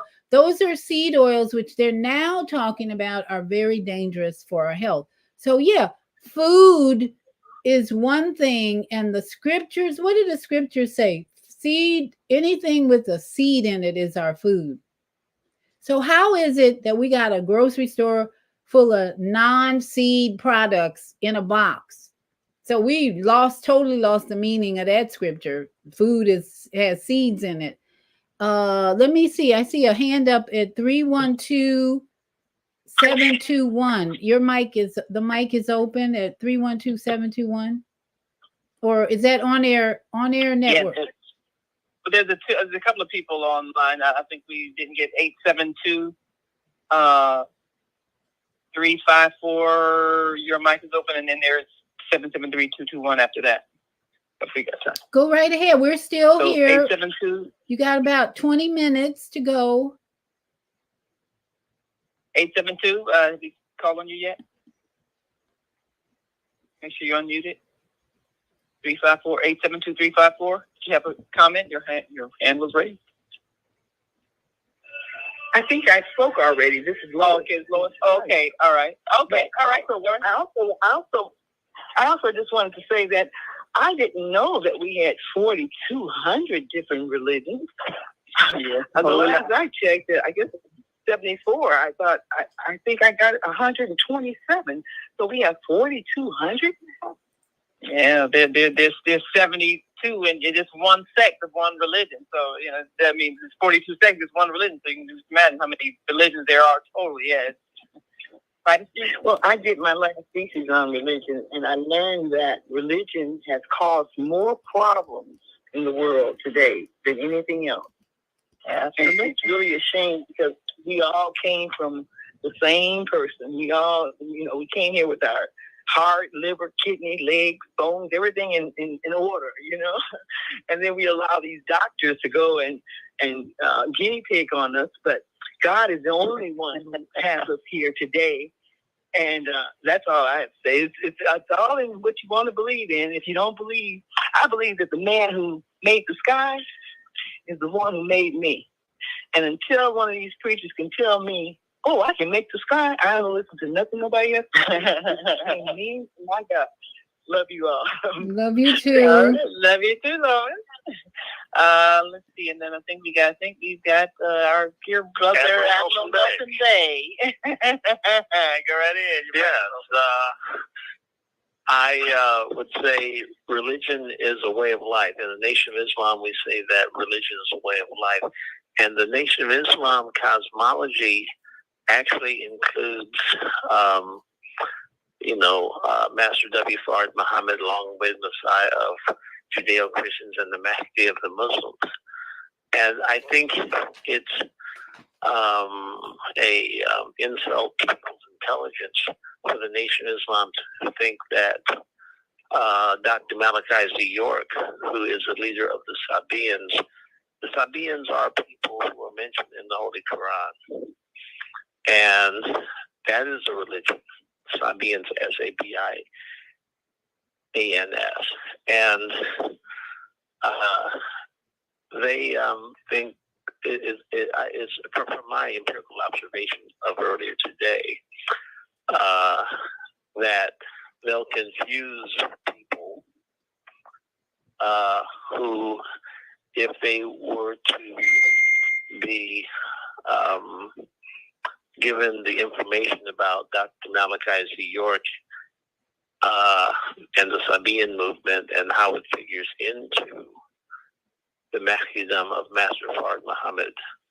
Mahdi is the promised one of Islam. He is like the Messiah, or the Judeo-Christians would be looking for the promised one of Christianity or Judaism. And I know about the Baha'i faith. Knowledge is 27 letters. Prior to the Babi and Baha'i dispensations, only 2 of those letters have been revealed. I have studied the Nation of Islam theology or cosmology simultaneous with the Baha'i faith teachings, and there's truth in both the Nation of Islam and the Baha'i faith. But the Baha'i faith, their body of knowledge is 20 and 5 letters of the 27 letters of knowledge. 3 cubed, 3 to the third power is 27. And the culmination of all of the monotheistic faiths, it culminates with the faith of Baha'u'llah. I've known that for decades. That's why my official photograph features me at the age of 30, displaying the world order of Baha'u'llah. Okay, so Admiral Nelson Bay, let me ask you, what does that have to do with your spiritual evolution? How are you evolving from all that? Because as Dr. Tawat, I think that's how you pronounce it, said, religion is something that we all do over and over again. But if you're not evolving, what good is it? I'm going to marry Amber Rose Lee. I'm trying to remember her last name. And how is that evolution? And I intend to travel to. How does that figure into evolution? Okay. How is marrying Amber Rose going to help you evolve? It has to do with the procreation of children is the sacred primary purpose for marriage. Marriage is only permissible between the man and the woman who is his wife as a matter of law. The Kitab-i Das is a book of laws written by Baha'u'llah, was founded the Baha'i faith in this dispensation, and that constitutes Sharia, Okay. or Islamic law, if you will. Okay, we don't from want to a get into that. theological perspective, Admiral and Nelson. I know that I'm correct. Yeah, we don't want to get in that. Thank you. Thank you so much for sharing. We appreciate everybody's journey that they're on.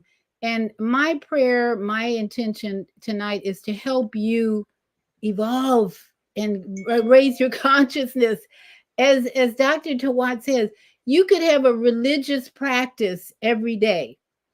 But if you're not evolving, the question for you is, what good is it? What good is it? You have a religious practice to, go outside and look at the sky and just breathe and then come back. That is benefiting your body, okay?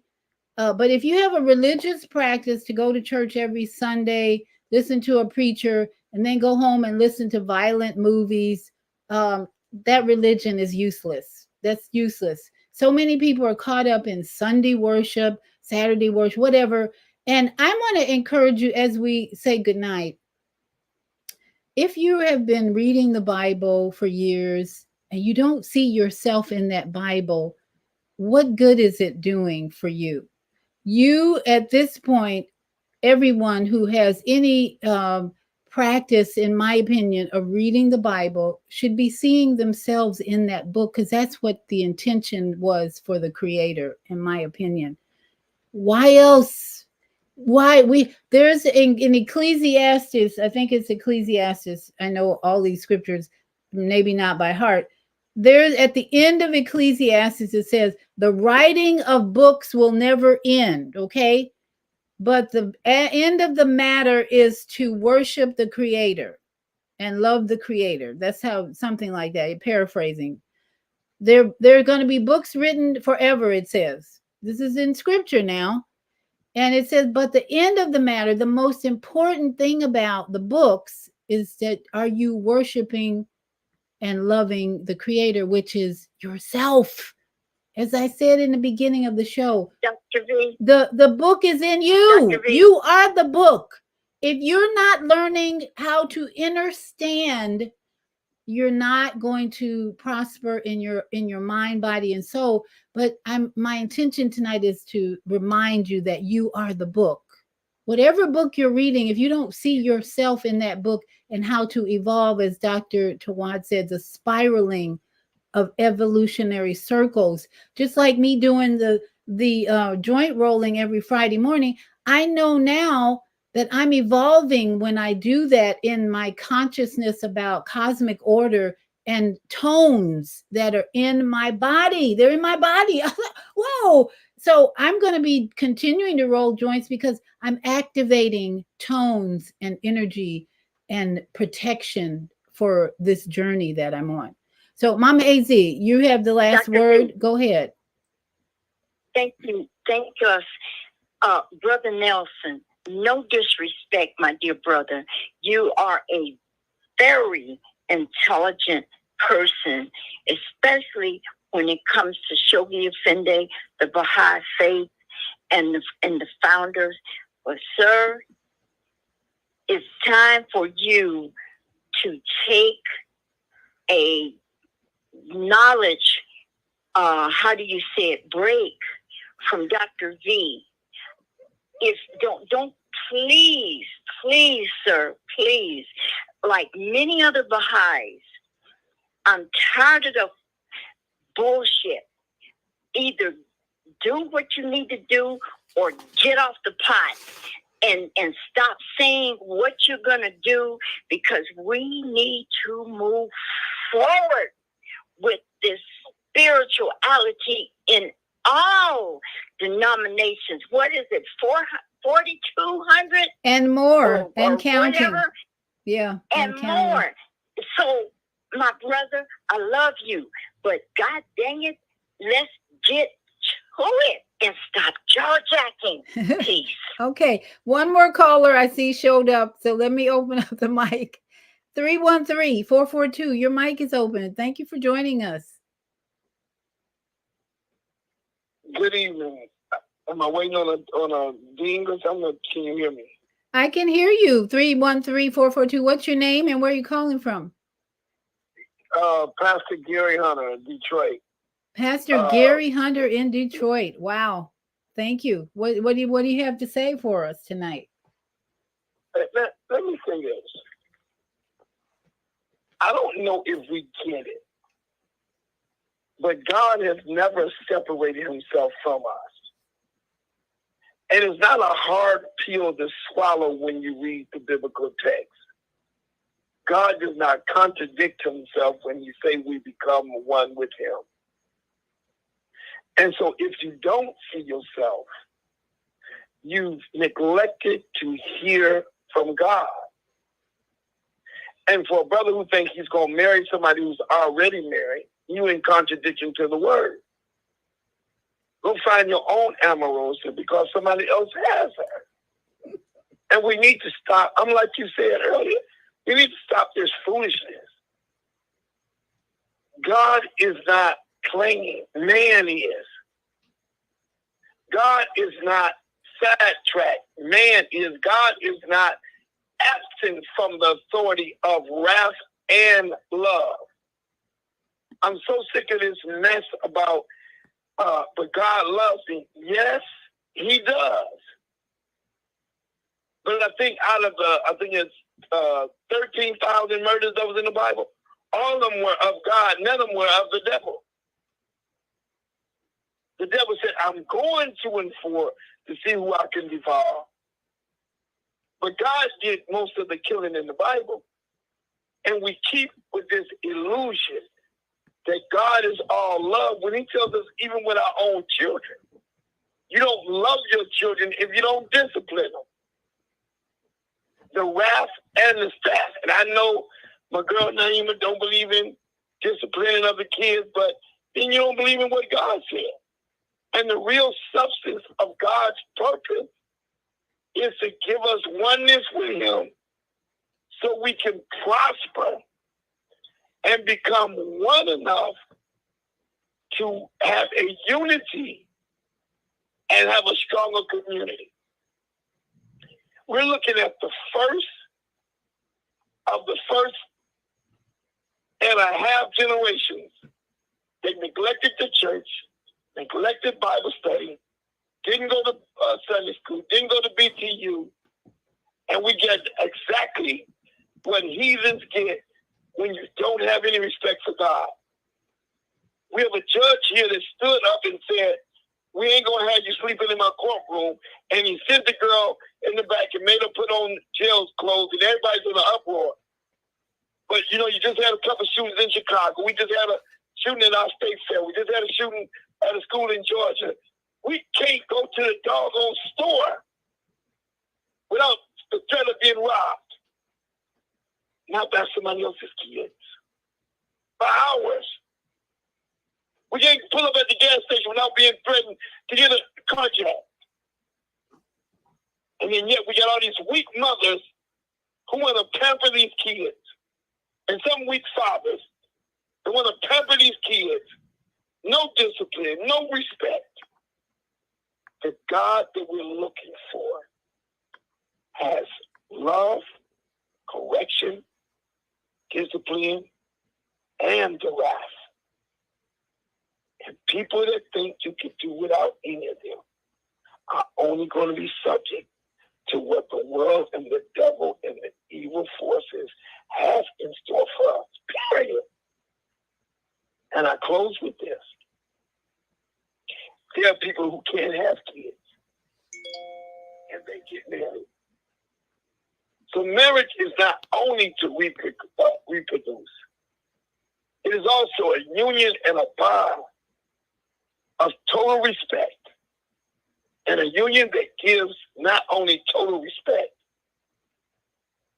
but gives the authority of having a bond that loves and cohabitates together. And watch this, and live in unity and peace for a better community. And until we get that, we're just scrambling in the chaos of a confused community without love, without God, and without discipline. We gotta walk back towards becoming one with God. And you're right. When we got God, our sicknesses are minimal. When we got God, our headaches and pains are minimal. Do we get sick? Yes, but they're minimal. Do we have headaches? Yes, but they're minimal. I've literally watched people say, I got a headache. And I just watch you stress about something you ain't got to stress about. If you wasn't raised in hell, you might not have a headache. And then we collect pain. We mistreat people and think we're going to erase it. The mind has a memory. And I'm going to say to all of us, we got to remember how to move past a bad moment. It's amazing how we all hang on to hate, but we'll forget about love quick. And I say that to say this. I love you and I respect you. And until you can love and respect people, you got a false love. And there is no religion. There's no religion that is of God if it don't teach you to respect the other religions. Every religion that is against another religion is not of God. All through the Bible, there was division.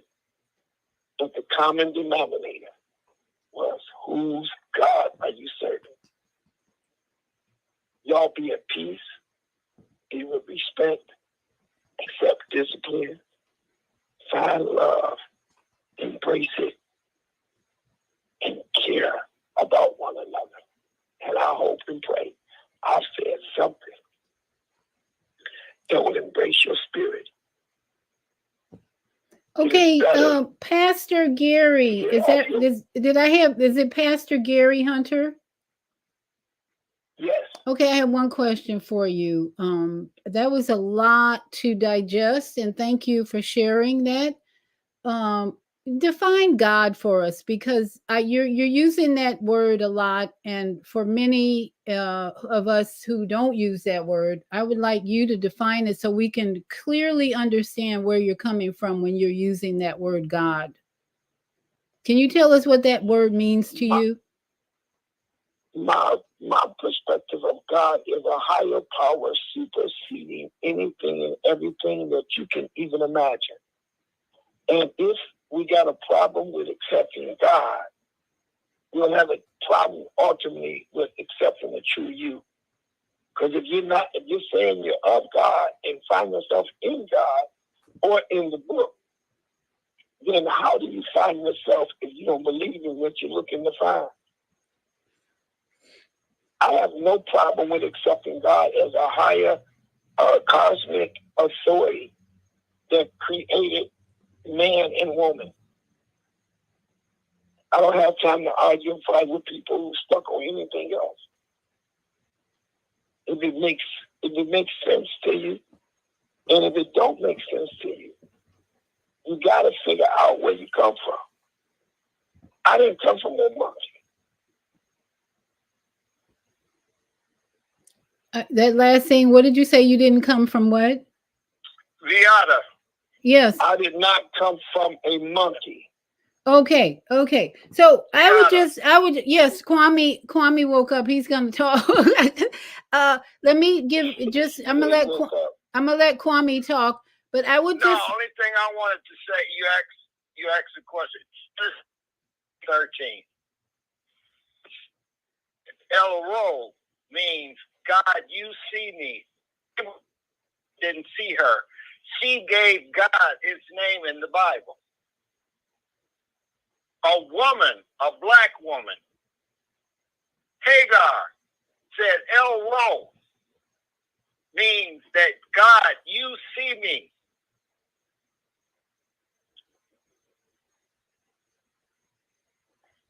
I stand corrected. I thought you was talking about Amaros. I didn't hear you correctly there. You know, Ambrose, the former White House presidential assistant. Oh, no, we weren't talking about her. Yeah, we know. Yeah, Marosa. Yeah, he's talking about that's what I thought he said. Hagar. No, yeah, well, with God, and that's the first time name is used in the book in Genesis 16:13 when Hagar in the wilderness, and she in turn realizes that El Roi, she said Elroi, God, you see me, because she was lost. Abraham didn't and Sarah didn't, and she realized that the Creator, and she gave it the name God. I just have one question. Why are we in debate about the existence of God? I don't think I'm not debating. I'm asking you for your definition, not to debate, but to clarify. If I tell you I'm God, God is in me, you probably wouldn't agree with that because you're saying God is a higher cosmic authority. But I'm saying, as I've said throughout this whole show, the Creator is in us. Everything, the 12 disciples are inside of us. Everything that we read in the Bible is inside of this human body. But you probably don't agree with that because you're saying that you're putting God out there somewhere, higher authority, power out there somewhere. And I'm saying the Creator is inside of us all. And that's what we're trying to help. And I think that's why we have so much confusion, chaos, war, and suffering, because people don't understand the true spirituality part of our journey, that we are not, the Creator is not out there somewhere, but the spirit inside of us is Creator. The organs, the tissues, the cells. We have trillions of microbes, bacteria, fungus, and viruses inside of us. Who is that? What is that? It's not just some flesh. It's actually the energy of love, the energy that the Creator put in our mother's womb for 9 months. So you and I might disagree, but I'm not going to debate it, because your relationship with Creator is what's important, that keeps you out of turmoil, war, hate, murder. And my relationship is what keeps me in peace with nature, because I'm walking amongst them as one of them, part of nature. I'm part of nature. So I just appreciate your perspective. As a pastor, I'm sure this is what we have been hearing for many, many years.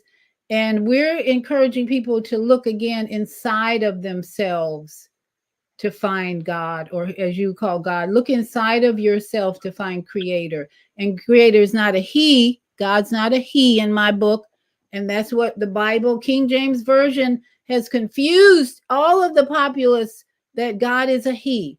And where's the she fit in? Oh, we've heard, well, he is a general term to describe he and she. No, we need to be clear that there's no gender in my book. And that's what spirituality is, oneness, and the Creator is not he or she. There's no gender. Creator is energy. So where do you put energy? Is it a he, she? That's why we have so much confusion now with genders. People don't know who they are.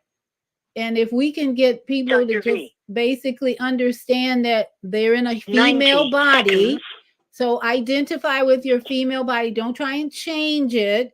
But how about you just operate in this female body to the best of your ability and be one with Creator, no matter what gender you are. Did somebody else want to talk? Dr. V. Yes, go ahead. Well, let me ask the question. What are we going to do with, and hear me good, most of us grew up with 60 foundation of Christian love and fear. Don't do what the Bible say don't do, and do what the Bible says do. And now most of what we've been taught have become almost a slap in the face. If my grandmother and grandfather and my father and mother came back, they would scream, oh my God, we're on our way to hell. Are we assuming that God has abandoned them and allowed them to go against the element? I can't believe, I'm going to be honest with you, that God would make the mistake and make a woman a man and a man a woman. 10 seconds. I don't believe that the substance of what God created in the beginning just can be erased in one generation, and God is wrong all the other 400 years. Somebody please help me in any one of the religions where God said, okay, I'm going to not be what I was last 1,000 years. I'm just going to let y'all do what y'all want to do and call it right. And do we have? We're gonna. Do we have a right? Do we have the right to believe as we've been taught? Or should we be changing our mind and say God made a mistake? Well, religion says that there's only one way. There's only one way to heaven. We shouldn't question the Bible. We shouldn't question God. Spirituality says question everything. Question everything, and come to peace about the answer that you get from nature. Even I get a lot of my answers from nature. Birds show up, and I look in the book. What is that bird? What's a crow mean? What's a hawk mean? I get answers from nature now. So I think the religious part of this conversation says, don't question God, don't ask questions, just trust the Bible and believe the Bible. Well, spirituality says question everything and then wait for the answer from the spirit that knows all. Now, Naima is saying, I'm going to read her words, and then we're going to have to end the show. We who have accepted the earth challenge, this journey that we're on here on earth to incarnate in a physical body on this planet, have agreed to take on the veil of amnesia, where we forgot all we understood about being a part of the oneness of creation. And the earth challenge is to rediscover this knowledge that was erased from our minds. Well, that's exactly, Naima, what I'm going through in the synchronistic human enlightenment course that I'm in for the next 2 months, is bringing back my memory, actually, of who I was. So we have had amnesia. We can get it back, but we have to be studying cosmic light information. We have to be studying light language, numbers, as Eddie Harris said. We have to be paying attention to nature more, and we have to be in meditation more, which a lot of Christians don't want to hear that because it might mean demonic stuff. But meditation, it means quieting your mind and going inside. Inside is where the Creator lives. All your organs, tissue, cells are alive and ready to answer questions. But we have to get back to our intuitive nature, which religion takes away from us because we are sinned and we're guilty. And that is not the way we're going to end these wars. I don't think we're going to end wars walking around saying we're in shame and sin and guilt. We have to, in my opinion, step up to our divinity inside, our sovereignty. And the challenge that we have is to walk in truth. And what is truth? That's for each one of us to discover. We have to ask questions even about the Bible to know what truth is in this journey. So thank you all for being here.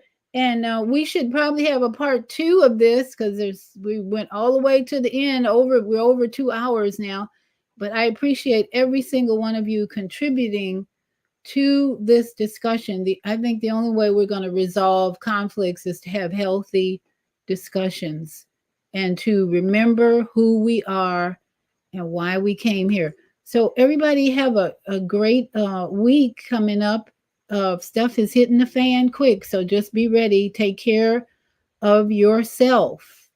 I mean, really take care of yourself by fasting, praying, and doing what the Creator has put us here to do. Love more and stay in gratitude. Shalom.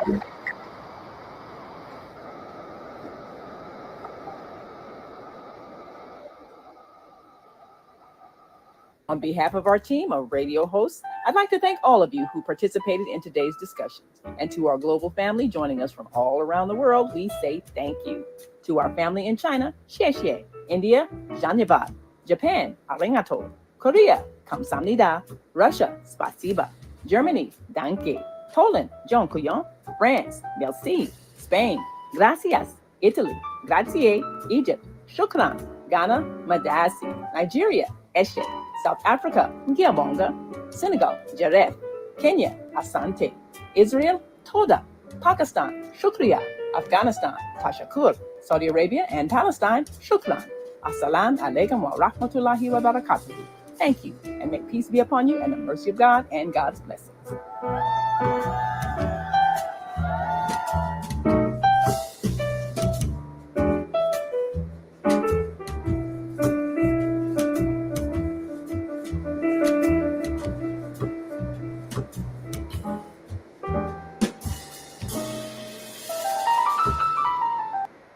And to all my yogi friends out there, namaste, sadnam, and aloha, aloha to my friends in Maui, Hawaii, Lahaina. Stand strong.